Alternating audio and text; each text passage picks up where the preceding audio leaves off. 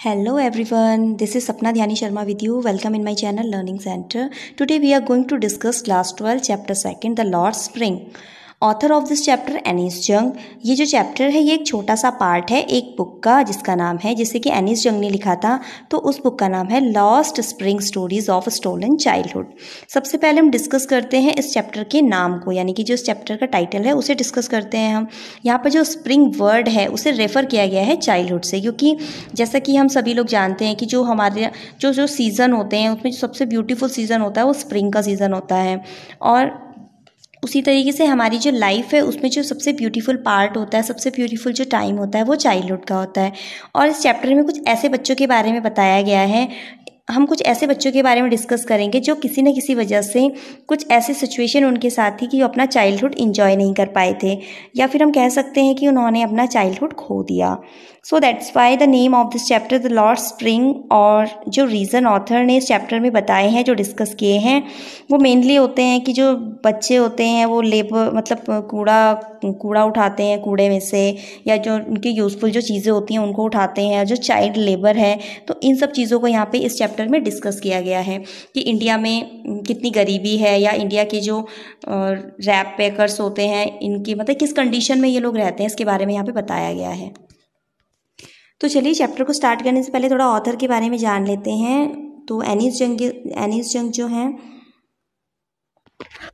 इस चैप्टर की ऑथर हैं, तो 1964 में इनका जन्म हुआ था राउरकेला में। एनिस जंग is a great Indian writer. ये बहुत ही ज़्यादा ग्रेट राइटर थी इंडिया की, और ये सिर्फ राइटर ही नहीं थी बल्कि एक जर्नलिस्ट भी थी। इन्होंने हैदराबाद में स्टडी स्टार्ट की, फिर ये अमेरिका भी गई। इसके बाद मतलब इनके जो पेरेंट्स थे, उनके जो मम्मी पापा थे, वो दोनों भी राइटर थे।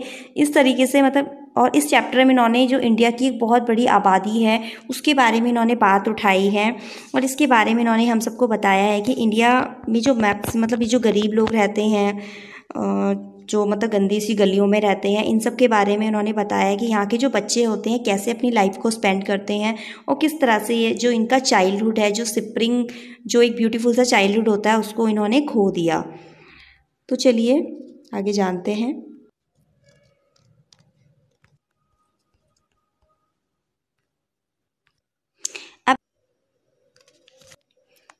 अभी जो चैप्टर है यहाँ पे ये 2 पार्ट में डिवाइड किया गया है, जिसमें कि जो फर्स्ट पार्ट है वो है sometimes I find a rupee in the garbage, and second part है I want to drive a car. तो फर्स्ट पार्ट में हम डिस्कस करेंगे साहिब की स्टोरी को, जो कि रैक पैकर है, मतलब जो रैक पैकर मीन्स होता है कूड़ा उठाने वाला, मतलब एक बच्चा है, तो उसकी स्टोरी को हम यहाँ पे डिस्कस करेंगे। और सेकेंड पार्ट है हमारा I want to drive a car, ये इस चैप्टर का पार्ट सेकेंड है, इसे हम नेक्स्ट वीडियो में डिस्कस करेंगे। तो चलिए स्टार्ट करते हैं स्टोरी। तो जो राइटर है हमें एनिस जंग, वो एक बच्चा मतलब उनके आसपास ऐसे बच्चे रहते हैं जो कि रैक पैकर होते हैं, कूड़े में से कूड़ा उठाते हैं, या जो उनकी यूज़फुल चीज़ें होती हैं उनको उठाते हैं। तो एक दिन वो पूछती हैं एक बच्चे से, Y do you do this, तुम ये क्यों कर रहे हो? तो आई आस्क साहिब, उन्होंने साहिब से कहा, whom I encounter every morning scrounging for gold in the garbage dumps of my neighbourhood. तो मेरे घर के थोड़ी सी दूर पे जो है कूड़े का ढेर पड़ा होता था, तो वहाँ पे एवरी मॉर्निंग वो जो बच्चा है साहिब वो आके वहाँ से कूड़ा उठाता था। तो मैंने एक दिन उसे पूछ लिया कि तुम ये मतलब क्यों करते हो ये काम? तो फिर वो साहिब के बारे में थोड़ा बताना शुरू करती कि Sahib left his home long ago, कि साहिब ने जो है अपना घर काफ़ी पहले छोड़ दिया था। सेट एडमिस the green field of Dhaka, जो कि इसका घर था वो ढाका के ग्रीन फील्ड में था। His home is not even और डिस्टेंस मेमोरी, मतलब उसकी मेमोरी इतनी भी पुरानी नहीं है उसके घर को लेके, जितना कि मतलब इतना ज़्यादा टाइम उस चीज़ को नहीं हुआ था, मतलब उसे अपने घर की जितनी भी मेमोरी थी वो सारी याद थी, ये ज़्यादा पुरानी बात नहीं थी। There were many storms that swept away their field and homes. तो वहाँ पे बहुत ज़्यादा स्टॉर्म आए थे, तूफान आए थे या बाढ़ आई थी, इस वजह से उन्होंने अपना घर छोड़ दिया था और यहाँ आके वो बस गए थे। हिज मदर टेल्स हिम, ऐसा उसकी मदर उसे बताती है, ऐसा साहिब ने, जो हमारी राइटर हैं एनिस जंग, उन्हें बताया था। That's why they left looking for gold in the big city where he now lives. तो उसके बाद उन्होंने जो है उस जगह को छोड़ दिया था, क्योंकि वहाँ पे उन्हें प्रॉब्लम होने लगी थी रहने में। तो वहाँ से छोड़ के वो इस शहर में आके बस गए थे गोल्ड के लिए। गोल्ड, यहाँ पे गोल्ड को रेफ़र किया गया है, जो गरीब लोग होते हैं या जो बच्चे कूड़े में अपने यूज़फुल जो सामान ढूंढते हैं, इनके जो यूज़ की चीज़ें होती हैं उसे यहाँ पे गोल्ड कहा गया है। यहाँ पे गोल्ड का मतलब सोने से नहीं है। यहाँ पे गोल्ड का मतलब उनके यूज़फुल चीज़ों से, जो कि कूड़े के ढेर में वो ढूंढा करते थे। I have nothing else to do. तो उसके बाद वो बच्चा जो है वो रिप्लाई करता है इस क्वेश्चन का जो एनिस जंग ने पूछा था कि why do you do this. तो वो बच्चा रिप्लाई करता है I have nothing else to do. उसने कहा मेरे पास कुछ करने के लिए है ही नहीं, मैं क्या करूँ। ही मटर्स, मटर्स मीन्स होता है अपने आप में ही कुछ बड़बड़ाना, मतलब धीरे से कुछ बोलना। Looking away go to school. तो एनिस जंग उसको कहती है कि तुम स्कूल क्यों नहीं चले जाते हो, जब तुम्हारे पास कुछ करने के लिए नहीं है तो स्कूल चले जाओ। आई से ग्लिबली। तो ग्लिबली मीन्स होता है कि मतलब ऐसी बात कह देना, तेजी से ऐसी बात कह देना जिसका कि कोई मीनिंग नहीं होता। मतलब एनिस जंग भी जानती थी कि इस बच्चे को मैंने कहा है कि स्कूल चले जाओ तो ये इसके लिए बिल्कुल यूजलेस है, मतलब इस बात का इसके लिए कोई मतलब है ही नहीं। तो realising immediately how hello follow the advice must sound. तो उसके बाद उन्हें जल्दी से जब उन्होंने बोला उस बात को, फिर एनिस जंग को रियलाइज़ हो गया कि मतलब ये बेकार सी बात मैंने इस बच्चे को कह दी जो कि इसके यूज़ की है ही नहीं। तो इसके बाद क्या होता है कि there is no school in my neighbourhood. तो बच्चा कहता है मेरे आसपास तो कोई स्कूल है ही नहीं। When they built one I will go. तो कहते हैं कि मेरे आसपास कोई स्कूल है नहीं, जब बन जाएगा तो मैं स्कूल चला जाऊंगा। If I start a school will you come, I ask half joking yes he says smiling broadly. तो एनिस जंग उसको कहती हैं कि अगर मैं कोई स्कूल स्टार्ट करूँगी तो क्या तुम मेरे स्कूल में आओगे। मतलब ऐसा मैंने उस बच्चे से ऐसे ही मजाक में कह दिया। तो उस बच्चे ने कहा, स्माइल की, उसके फेस पे अच्छी सी स्माइल आ गई। उसने कहा कि हाँ मैं ज़रूर आऊँगा। A few days later I see him running up to me, it is your school ready. तो फिर एक दिन क्या होता है, एनिस जंग कहीं जा रही होती है तो बच्चा दौड़ते हुए उनके पास आता है और कहता है कि इज़ योर स्कूल रेडी, क्या आपका स्कूल रेडी हो गया। It takes to longer build up school. तो वो कहती हैं कि स्कूल की बिल्डिंग जो है उसको बनने में बहुत टाइम लगता है, ऐसा एनिस जंग ने कहा। Embarrassed eight having made a promise that was not meant. तो फिर उनको थोड़ा सा एम्बेरेंस भी फील होता है। एनिस जंग को कहती हैं कि मैंने इस बच्चे से ऐसा प्रॉमिस कर दिया जिसे मैं कभी पूरा कर ही नहीं पाऊंगी। But promise like mine around in every corner of bleak world. तो वो कहती हैं कि ऐसे जो प्रॉमिसेस हैं, जो मैंने एक खोखला सा प्रॉमिस इनसे कर दिया था, ऐसे प्रॉमिस तो इनकी लाइफ में बहुत लोग, मतलब इनकी जो ब्लीक वर्ल्ड है, ब्लीक मीन्स होता है सूना या वीरान सा, जो इनका बेरंग सी दुनिया है, ऐसी दुनिया में मेरे तरह जो प्रॉमिस होते हैं ऐसे तो बहुत से लोग आते हैं, करते हैं और चले जाते हैं। After month of knowing him, जब कुछ महीने हो गए थे तो मैंने उसका नाम जान लिया था। I ask him his name. मैंने एक दिन उस बच्चे से उसका नाम पूछा, साहिब आलम। उसने अनाउंस किया अपना नेम कि उसका नेम क्या है, साहिब आलम है। He does not know what is the means, if he new it's meaning Lord of universe. तो मतलब उस बच्चे को पता भी नहीं था कि मेरा जो नाम है साहिब आलम, उसका मतलब क्या है। और अगर सचमुच उसको अपने नाम का मतलब पता चल जाता कि मेरे नाम का मतलब है लॉर्ड ऑफ द यूनिवर्स, मतलब इस यूनिवर्स का जो लॉर्ड या महाराजा, तो he would have a hard time to believing it. तो सचमुच उसे तो यकीन ही नहीं होता कि मेरा जो नाम है उसका मीनिंग है लॉर्ड ऑफ द यूनिवर्स, मैं पूरे ब्रह्मांड का मैं राजा हूँ, महाराजा हूँ। तो उसे बहुत समय लगता अपने नाम का जो मीनिंग है उसको बिलीव करने में। तो इसके बाद क्या होता है कि unaware of what his name represent, he roams off street with his friend। तो मतलब अपने नाम से बेखबर, उसको अपने नाम का पता ही नहीं था कि मेरा जो नाम है साहिब आलम उसका मतलब ये है। अपने नाम से बिल्कुल बेखबर होकर वो अपने दोस्तों के साथ ऐसे ही सड़कों पे घूमता रहता था।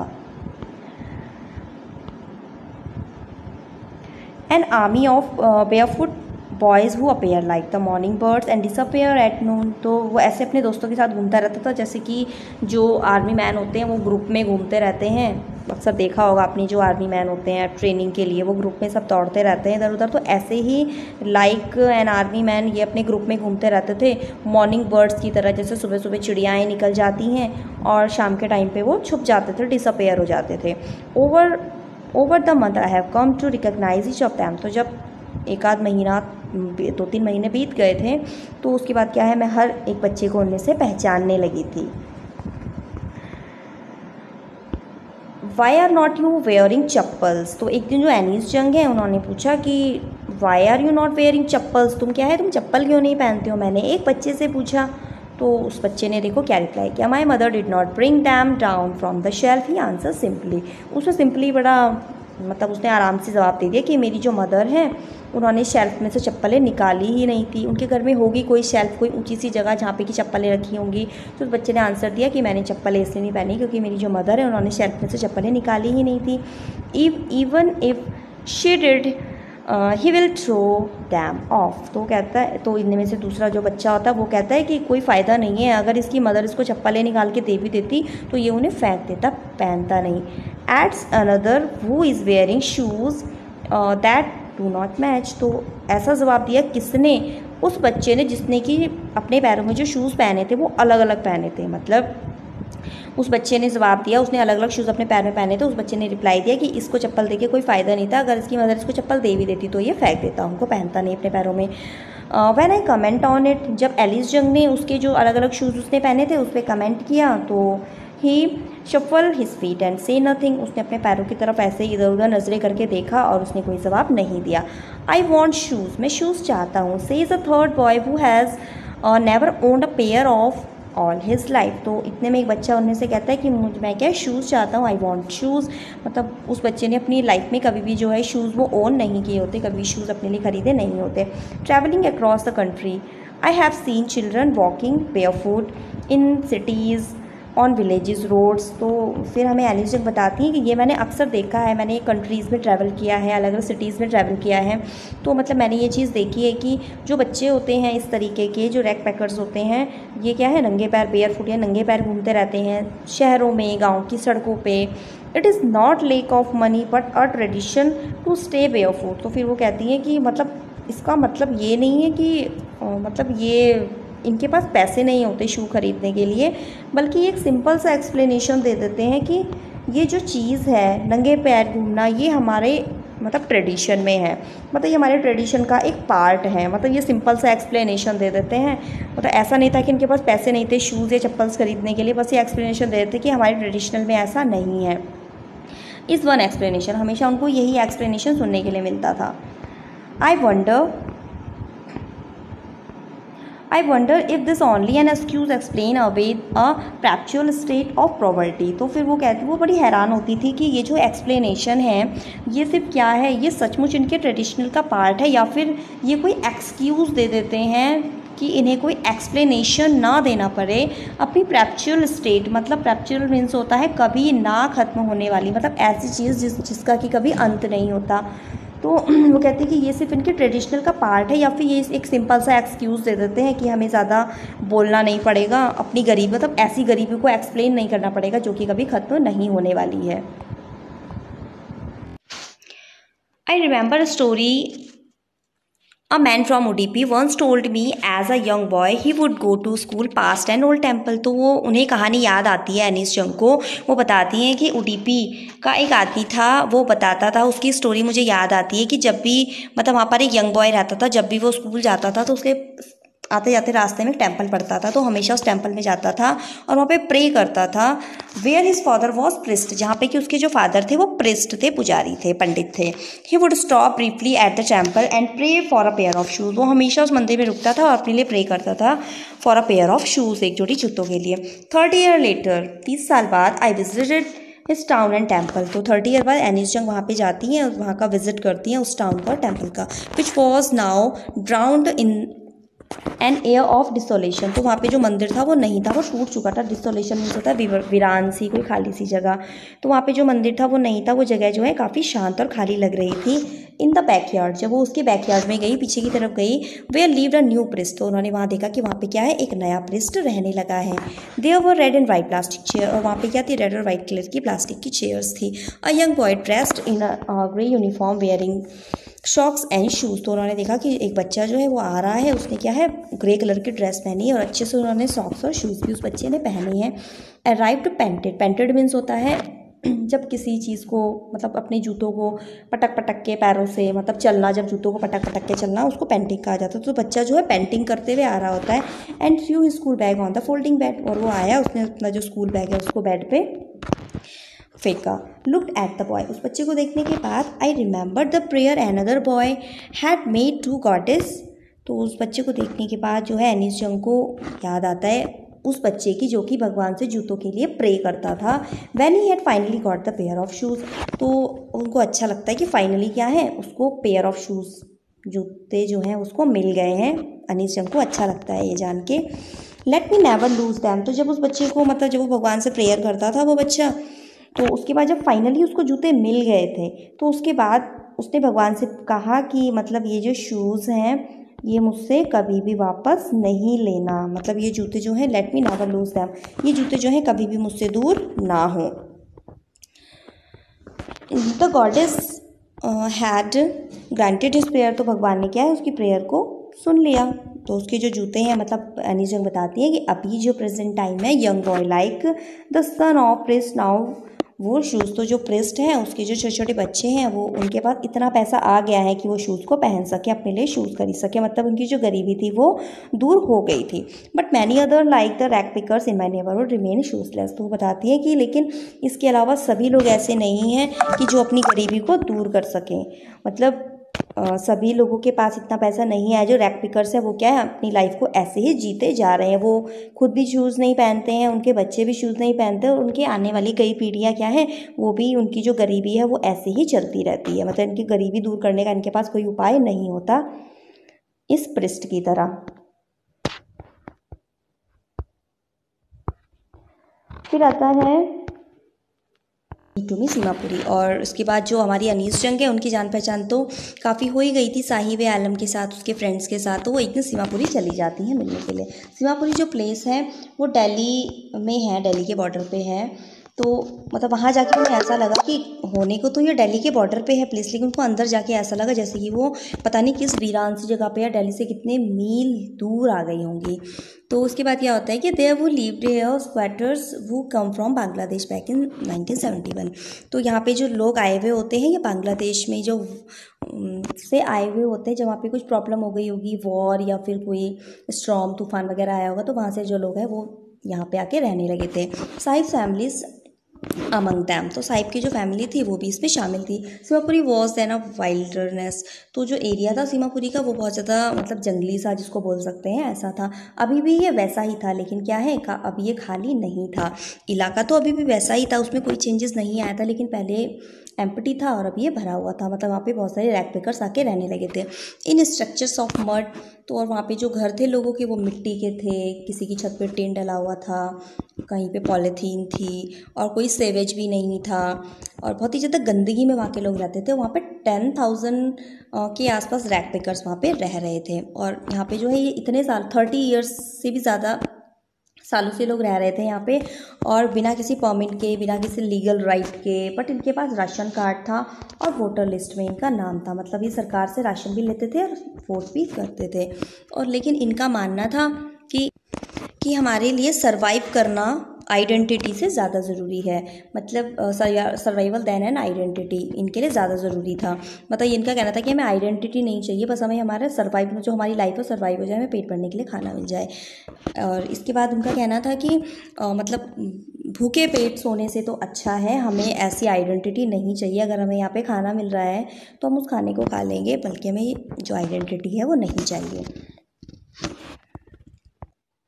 तो एनीस जंग ने जब उनसे पूछा होगा कि वो अपने जो उनका देश है जहाँ से वो आए हैं वो वहाँ पे वापस क्यों नहीं चले जाते, तो कुछ लेडीज़ थी उन्होंने टैटर्ड साड़ी, टैटर्ड मीन्स होता है कोई जीर्ण शीर्ण बिल्कुल मतलब फटी या पुरानी जो साड़ीज़ थी, जो ग्रुप ऑफ वुमेन का था उन्होंने पहनी थी टैटर्ड साड़ी। तो उनमें से जो है एक वुमेन वो है वो कहती है कि हमें यहाँ पे खाना मिल रहा है, हमारे लिए यही काफ़ी है, हमें जो वहाँ के फील्ड्स हैं, जो हमारा हम नेटिव प्लेस था, वहाँ के जो फील्ड्स हैं वो हमें नहीं चाहिए, बल्कि हमें यहाँ पे सिर्फ हमारा पेट भरने के लिए खाना मिल रहा है, हमारे लिए वो ही काफ़ी है। तो इसके बाद क्या होता है कि मतलब वहाँ पे वो बताती हैं कि फील्ड्स भी हैं, रिवर्स भी हैं, लेकिन वहाँ पे क्या है आए दिन तूफान आते रहते हैं और कुछ ना कुछ नुकसान होता रहता है, और हमारा जो है पेट भरने के लिए हमें वहाँ खाना भी नहीं मिल पाता, तो इससे अच्छा हम यहीं पर अच्छे हैं, यहाँ पे हमें आइडेंटिटी नहीं चाहिए, बल्कि हमें पेट भरने के लिए खाना मिल रहा है वही हमारे लिए काफ़ी है। इसलिए हम वहाँ के जो ग्रीन फील्ड्स हैं और जो ब्यूटीफुल रिवर्स थी उन सबको छोड़ के हम यहाँ पे रैक पैकिंग का काम करने लग गए हैं। And survival in Seemapuri means rack packing, तो सीमापुरी का जो मीनिंग था वो रैक पैकिंग ही हो गया था। रैक पैकिंग मतलब वहाँ पे जो रैक कूड़े को उठाने वाले या कूड़े में से अपनी यूज़फुल चीज़ें उठाने वाले जो बच्चे थे या जो फैमिलीज़ थी वो रहा करती थी, तो इसका मीनिंग वो ही लिया जाता था।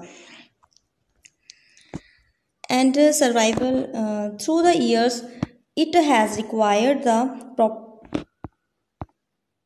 Proportions of a fine art, तो कुछ मतलब जब बहुत सारे साल बीत गए थे तो वहाँ पे ये जो चीज़ है ये proportions of a fine art बन गया था, कि मतलब एक तरह की आर्ट बन गया था, कला बन गया था, कूड़े में से चीज़ों को, गोल्ड को चुनना, गोल्ड यानी जो उनकी यूजफुल चीज़ें थी उसको चुनना एक आर्ट बन गया था वहाँ पे इतने सालों रहते रहते।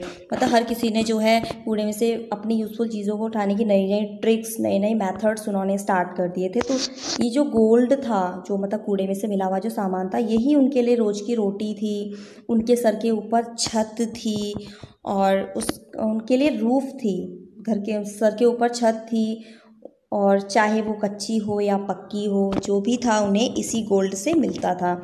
But for a child it is even more, लेकिन एक बच्चों के लिए ये इन सब से भी ज़्यादा था। देखते हैं किस तरीके से ये ज़्यादा था। आई sometime I find a rupee even 10 rupee note, Sahib says. तो साहिब उन्हें बताता है कि कभी कभी तो मुझे क्या है वहाँ पे 1 रुपये मिल जाता है, और कभी कभी तो मुझे 10 रुपये का नोट भी मिल जाता है। साहिब जो है अनीस जंग को बताता है। तो जब वो ये बता रहा था तो उसकी आंखों में एक अलग ही चमक होती है खुशी की। When you can find a silver coin और हीप ऑफ गार्बेज, तो फिर वो बताते हैं कि मतलब जब उन्हें जो है कभी कभी सिल्वर का कॉइन मिल जाता है वहाँ पे, तो क्या है ढूंढना ख़त्म नहीं करते, बल्कि वहाँ पे और ज़्यादा ढूंढना वो चालू कर देते हैं, जिससे कि क्या है उन्हें और ज़्यादा जो सिल्वर कॉइन है वो मिल जाए। It seems that children garbage had a meaning different from what it means to be their parent. तो फिर वो बताती है कि उन बच्चों के लिए उस कूड़े का मतलब कुछ अलग ही था, कुछ डिफरेंट ही मीनिंग उनके लिए कूड़े का था, उनके पेरेंट्स से भी अलग। And for the children it is grappling the wonder, for the Elder it is mean of survival. तो फिर वो बताती है कि बच्चों के लिए जो कूड़े का ढेर था उसमें से गोल्ड को ढूंढना, यानी यूज़फुल चीज़ों को ढूंढना क्या था, बहुत ही ज़्यादा मतलब एक वंडर था, बहुत ही ज़्यादा उनको हैरानी होती थी वहाँ ढूंढने में कि क्या पता हमें इसमें कौन सा खजाना मिल जाए, कौन सी नई चीज़ मिल जाए। और जो एल्डर्स थे, जो बड़े थे, उनके लिए वो एक सर्वाइवल था, मतलब उनके लिए उनकी जीविका इससे चलती थी। And one winter morning I see Saheb standing by the friends gate of the neighbourhood club. तो एक बार मैंने सुबह देखा कि साहिब जो है वो खड़ा है कहाँ पे, मेरे घर के पास एक क्लब था, जो गेम्स वगैरह का क्लब होता है वो क्लब था। तो साहिब वहाँ पे खड़ा था और टू यंग मैन थे वहाँ पे, उनको देख रहा था जो कि टेनिस खेल रहे थे। तो साहिब बड़ा इंटरेस्टेड होके उनको देख रहा था। तो उसने कहा कि आई लाइक द गेम, मुझे गेम बहुत पसंद है। ही हम्स, मतलब उसने धीरे से अपने आप से ही कहा कि आई लाइक द गेम्स, और वो वहाँ पे खड़े होके बड़ा इंटरेस्टेड होके उनको देख रहा था। फिर वो बताता है कि मैं जो है इसके अंदर भी गया हूँ, मतलब ये जो क्लब है इसके अंदर भी मैं गया हूँ। जो यहाँ का गेट कीपर है वो मुझे कभी कभी जाने देता है, और दया करके वो मुझे कभी कभी वहाँ पे झूला भी झूलने देता है। एंड साहिब ने क्या है वेयर किया था, क्या वेयर किया था साहिब ने, टेनिस शूज़। तो बहुत ही ज़्यादा अजीब से लग रहे थे उसके डिस्कलर्ड शर्ट के नीचे। साहिब ने उसको किसी ने वहाँ से टेनिस के शूज़ दिए होंगे, तो उसने साहिब ने उनको वेयर किया था। उसकी जो डिस्कलर्ड पुरानी सी जो शर्ट थी उसके नीचे वो शूज़ क्या है बहुत ही ज़्यादा स्ट्रेंज, बहुत ही ज़्यादा अजीब से लग रहे थे। Someone gave them to me, तो फिर वो बताता है कि किसी ने मुझे क्या है ये शूज़ दे दिए हैं। He says in manner of an explanation, उसने एक्सप्लेनेशन दिया बिल्कुल mannerfully. The fact that they the discarded shoes of one rich boy. तो फिर जो है पता चलता है बाद में कि वो जो शूज़ है वो एक रिच बॉय के, एक अमीर लड़का था, रिच बॉय था। उसने उसको शू में क्या है छोटा सा छेद हो गया था, तो उसने उसको रिफ्यूज़ कर दिया था, और वो शूज़ क्या है साहिब को मिल गए थे पहनने के लिए। लेकिन ये साहिब के लिए जो है किसी ड्रीम से कम नहीं थे, मतलब साहिब को जो है वो शूज़ पहन के बहुत ही खुशी मिल रही थी। तो उसके लिए तो वो बिल्कुल उसके एक सपना पूरा होने वाली बात थी, तो उससे वो उन्हें पाके बहुत ज़्यादा खुश था। But the game he watching so intently is out of his reach. तो लेकिन वो जो गेम था, वहाँ पे जो गेम खेला जा रहा था वो कहीं ना कहीं आउट ऑफ हिज रीच, उसकी पहुँच से बाहर था। मतलब ऐसा लग रहा था कि उस गेम को तो वो कभी खेल ही नहीं सकता, क्योंकि वो इतना गरीब था, और फटे हुए जूते उसे किसी ने दिए थे, उसने पहने थे। लोग गेम को इतना अटेंटिव होकर देख रहा था, लेकिन वो सब क्या था उसके लिए आउट ऑफ रीच था। This morning sahib is on the way to milk booth. तो एक दिन जो है अनीस जंग उसको देखती हैं कि वो क्या है मिल्क बूथ पे जा रहा है। In his hand the steel canister, उसने अपने हाथ में क्या है स्टील का कनिस्टर पकड़ा है और मिल्क बूथ की तरफ वो जा रहा है। I now work in a tea stall down the road. तो फिर वो बताता है अनीस जंग को कि मैंने क्या है एक टी की स्टॉल पे काम करना शुरू कर दिया है, और वो अपने हाथ में स्टील का कनिस्टर लिए दूध लेने जा रहा होता है। तो उसके बाद जब वो पहुंचता है थोड़ी दूरी तक, आई एम पेड, फिर मतलब बताता है उनको कि मुझे क्या वहाँ पे 800 रुपीज़ मिलते हैं ऑल माई मील्स। तो सारा का सारा जो खाना है वो मुझे वहाँ पे मिलता है, साथ साथ 800 रुपीज़ भी मिलते हैं। तो फिर अनी जंग उससे पूछते हैं does he like the job. तो पूछती हैं कि क्या तुम्हें ये जॉब पसंद है। I ask his face I see and has lost of care free look. जब मैंने उसकी तरफ देखा, ये पूछा कि क्या तुम्हें ये जॉब पसंद है, तो मैंने जब उसका फेस देखा तो उसका फेस जो है जैसे वो केयरलेस होकर पहले घूमता रहता था वैसा नहीं लग रहा था। उसके फेस पे जो है मुझे चिंता दिखाई दे रही थी। And the steel canister seems heavier than the plastic bag he would carry so lightly. और वो जो प्लास्टिक का जो कनिस्टर था, सॉरी जो कनिस्टर था टीन का, वो ज़्यादा हैवी लग रहा था अकॉर्डिंग टू जो कि वो प्लास्टिक की थैली लेके इधर से उधर घूमता रहता था कूड़े के ढेर में, उससे कहीं ज़्यादा भारी ये टीन का कनिस्टर लग रहा था। क्योंकि द बैग वॉज हिज, क्योंकि वो जो बैग था वो उसका खुद का था। And the canister belongs to the man who owns the tea shop. तो और ये जो कनिस्टर है वो किसका है, वो उसका है जो जिसकी दुकान पे कि ये काम करता है। कौन? साहिब। तो पहले का जो साहिब का जो बैग, प्लास्टिक बैग हुआ करता था जो कि वो यहाँ से वहाँ उसको कैरी किए घूमता रहता था बिल्कुल केयरलेस होके, वो वाला जो लुक है वो साहिब के फेस पे एनिस जंग को नहीं दिखा, बल्कि एनिस जंग को साहिब के फेस पे थोड़ी सी चिंताएं दिखी, काम का बर्डन दिखा। और उसका जो कनिस्टर था वो हैवी था उसके जो प्लास्टिक बैग था उसके अकॉर्डिंग। तो अब वो अपने मन में सोचती है कि sahib is no longer his own master. अब वो कहती हैं कि साहिब जो है अब वो अपना ओन मास्टर नहीं रहा, अब यानी वो किसी और के यहाँ पे जॉब करने लगा है, अब वो अपना खुद का मास्टर नहीं रहा। तो ये पार्ट, ये स्टोरी यहीं पर ख़त्म होती है। आगे का जो पार्ट है यहाँ पे I want to drive a car, इसे हम डिस्कस करेंगे नेक्स्ट पार्ट में। तब तक के लिए बाय बाय। और अगर आपको ये वीडियो अच्छा लगा तो वीडियो को लाइक करें, और ऐसे ही वीडियो अगर आप आगे देखना चाहते हैं तो चैनल को सब्सक्राइब करें। ओके।